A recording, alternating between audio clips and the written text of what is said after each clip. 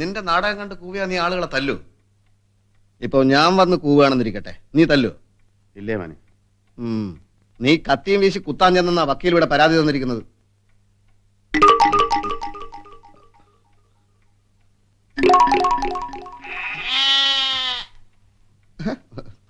നമ്മൾ ഒന്നിച്ച് പഠിച്ചതും ഒന്നിച്ച് കളിച്ചു നടന്നതും. അതെ, ഒന്നിച്ച് കളിച്ചു നടന്നതും ഒക്കെ ശരിയായിരിക്കാം. പക്ഷേ ഞാനിന്ന് സ്ഥലം ഇൻസ്പെക്ടർ ആണെന്നുള്ള കാര്യം നീ മറക്കരുത്. മറന്നിട്ടില്ലേ മോനെ? ഒന്നും. 4 കുറയ്ക്കാം. 14.25 രൂപ. 15 രൂപ. 15 രൂപ. 15 രൂപ. 15 രൂപ. ഇതെന്നാടാവേ പഠിത്തം നിർത്തി കന്നാലി കച്ചവടം തുടങ്ങിയോ? ഫീസ് അടക്കാൻ കാശിലിടാവേ. അപ്പൊ നിന്റെ അച്ഛൻ ഏടങ്ങത്ത് ചെട്ടിന്ന് പിരിക്കുന്നതൊക്കെ എവിടെ കൊണ്ട് കൊടുക്കുക? ഇനി പരീക്ഷ എഴുതണ്ട, പാസ്സാവുകയല്ലെന്ന് അച്ഛൻ പറയുന്നത്. അത് തരാ. ഇതിനൊന്നും കൊടുക്കുന്നില്ലയോ? പിന്നെ ഒരുപാട് കൊടുക്കുന്നുണ്ട്. എന്താ ഇതിന്റെ പേര്? പേരിട്ടിട്ടില്ല.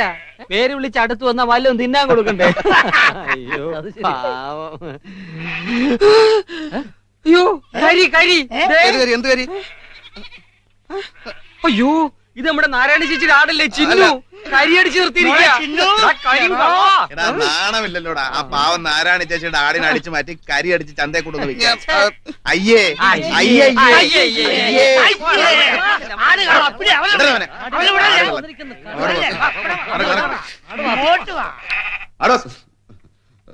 നീ പൊക്കോ, എനിക്ക് പലതും ഓർമ്മ വരുന്നു. 2 പൊട്ടിക്കുന്നില്ലേ മോനെ? ഇപ്പോഴില്ല, മേലിത് ആവർത്തിച്ചാ നീയാണെങ്കിൽ പോലും എനിക്ക് പൊട്ടിക്കേണ്ടി വന്നേക്കും.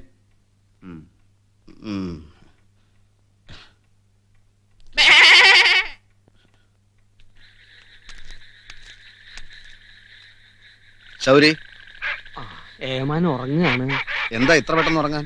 ഇന്ത്യക്ക് സ്വാതന്ത്ര്യം കിട്ടിയിട്ടില്ല എന്നും പറഞ്ഞു അങ്ങ് ഉറങ്ങിപ്പോയി. ആരാടാ ജവഹർ? ഉണന്നു.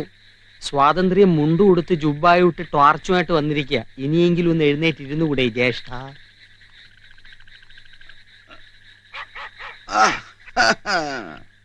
ഏമാൻ വന്നത് നിന്നെ സ്റ്റേഷനിൽ വിളിപ്പിച്ചത് നിനക്ക് ഇഷ്ടപ്പെട്ടിട്ടില്ല എന്നെനിക്കറിയാം. അത്രയെങ്കിലും ഞാൻ ചെയ്യണ്ടടാ. അത്രേ നീ ചെയ്യുന്നുള്ളൂ. എടാ, നീ ഇൻസ്പെക്ടറായി വന്നിട്ട് ഞങ്ങൾക്ക് എന്തെങ്കിലും പ്രയോജനം ഉണ്ടോ? തൊപ്പിയും മച്ചന്റെ വള്ളത്തിൽ അങ്ങോട്ടും ഇങ്ങോട്ടും നടന്ന് 4 ആള് കൂടുന്നിടത്ത് ഇറങ്ങി നിന്ന് പൊട്ടിക്കും എന്ന് പറയുന്നതല്ലാതെ നിന്നെ കൊണ്ട് വല്ലതിനും കൊള്ളാവോ? നീ ഒന്ന് മനസ്സിലാക്കണം, ഇത് എന്റെ നാട്, എല്ലാരും വേണ്ടപ്പെട്ടവര്. ഏത് വകയിലാണ് ആ ചെറിയ പുറമ്പോക്കി കിടക്കുന്നവർ നിന്റെ ബന്ധുക്കളാവുന്നേ? അവര് വക്കീലിന്റെ ആൾക്കാരാ, പണിക്ക് വന്നവരാ. പണിക്ക് വന്നവരല്ല, പണിയാൻ വന്നവരാണ്. നാട്ടുകാര് പിണങ്ങിയ പകരം പാടത്ത് പണിക്കിറക്കാനാ. ചെയ്യണ്ടെന്ന് പറഞ്ഞ ഞങ്ങൾക്കറിയാം, ചെയ്യും. നീ കാക്കിയിട്ടുണ്ട് നടന്നോ പൊട്ടിക്കും പറഞ്ഞു. പൊട്ടിക്കാൻ ആരെയും കിട്ടിയില്ലെങ്കിൽ കുറച്ച് ഏറുപടക്കെങ്കിലും മേടിച്ച് പൊട്ടിക്കേമാനെ, ഇല്ലയോ?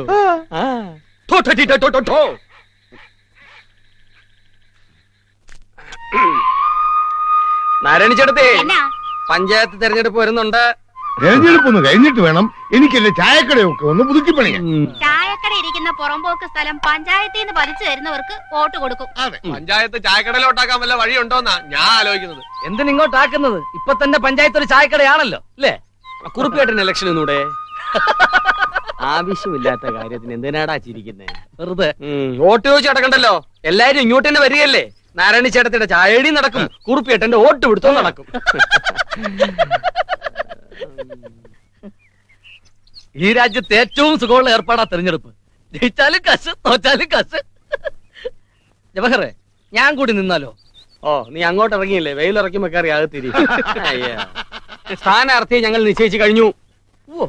ആരാത്? ഭരിക്കുന്ന പാർട്ടിയുടെ സ്ഥാനാർത്ഥിയായിട്ട് നിന്നാൽ ജയിക്കും, ഉറപ്പാ. വക്കീൽ അദ്ദേഹം നിന്നാ ജയിക്കും, ഇല്ലേ ഞങ്ങൾ ജയിപ്പിക്കും. ഏതായാലും വക്കീൽ അദ്ദേഹം മെമ്പർ ആയാലേ നമ്മുടെ കാര്യങ്ങൾ നടക്കും. അളിയനെ അങ്ങനെ നിർത്തോ ചാക്കോച്ച? എന്നാ വർത്താനായി പറയുന്നേ? 1000 പറ കളത്തട്ടിലിരുന്ന് നാട്ടുവർത്താനം പറയുന്ന പോലെ ആണോ പഞ്ചായത്ത്? വക്കീൽ അദ്ദേഹം നിൽക്കുന്നു, ജയിക്കുന്നു. എനിക്കൊരു കണക്കൂട്ടലുണ്ട്. പഞ്ചായത്തിന്റെ അനുവാദത്തോടെ 1000 പറയിൽ ഒരു കുരിശടി പണിയണം. അത് വേണോ ചാക്കോച്ച? വേണം. പണിക്കാര് കൂടുതൽ ക്രിസ്ത്യാനികളാ, അവരെ കയ്യിലെടുക്കണം. മതം പറഞ്ഞ് ചീട്ടിറക്കിയാലേ വെട്ടേണ്ട അടുത്ത് കൊള്ളൂ. നിങ്ങൾ ഇങ്ങനെ നിർബന്ധിക്കുമ്പോ ഞാൻ എന്നാ പറയാനാ? സമ്മതിച്ചെന്ന് പറഞ്ഞാട്ടെ. നിങ്ങളെല്ലാരും പറഞ്ഞ നിലയ്ക്ക് ഞാൻ സമ്മതിക്കാം. പക്ഷേ എതിരും വഴക്കൊന്നും എനിക്ക് ഇഷ്ടമല്ലെന്നറിയാമല്ലോ. ഏമാനെതിരായി ഏതവൻ വരാനാ? ഏമാൻ നിന്നാൽ ഒരു പൂതരി എതിർക്കില്ല. അങ്ങനെയാണെ ഞാൻ നിൽക്കാം. കൈമളേമാൻ ജയിക്കട്ടെ. രണ്ടുപേരുടെ പേരുകളാണ് വന്നിട്ടുള്ളത്. അന്നമ്മൂട്ടുമേടയിൽ ശ്രീ പത്മനാഭ കേബലിന്റെ പേരും പുത്തം വീട്ടിലെ വക്കീൽ ശ്രീ ഗോവിന്ദ മേനോന്റെ പേരും. പത്മനാഭ കേബലിനെ അനുകൂലിക്കുന്നവർ കൈപൊക്കേട്ടെ.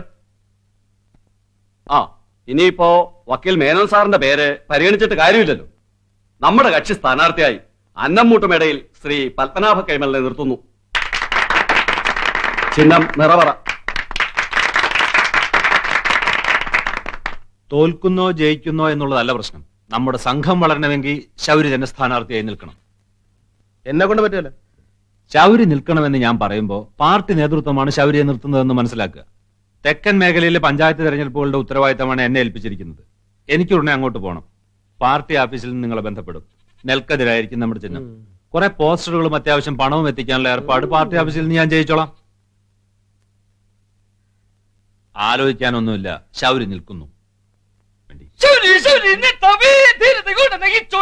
ഒരു ഒട്ടും ശൗരിക്ക്, നമ്മുടെ വോട്ടുകൾ ശൗരിക്ക്.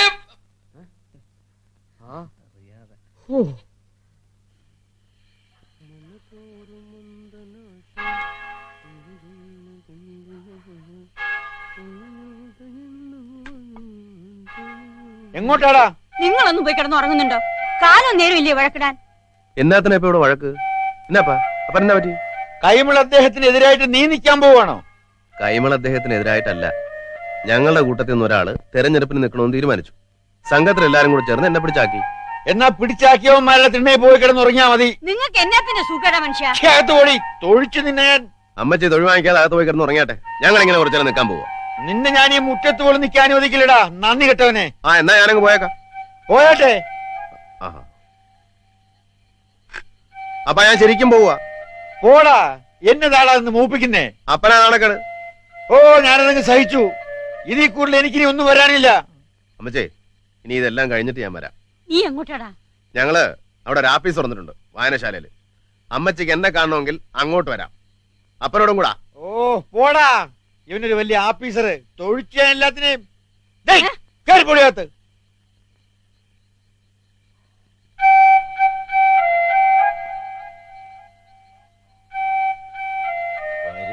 വരാതെ എവിടെ പോകാനാ?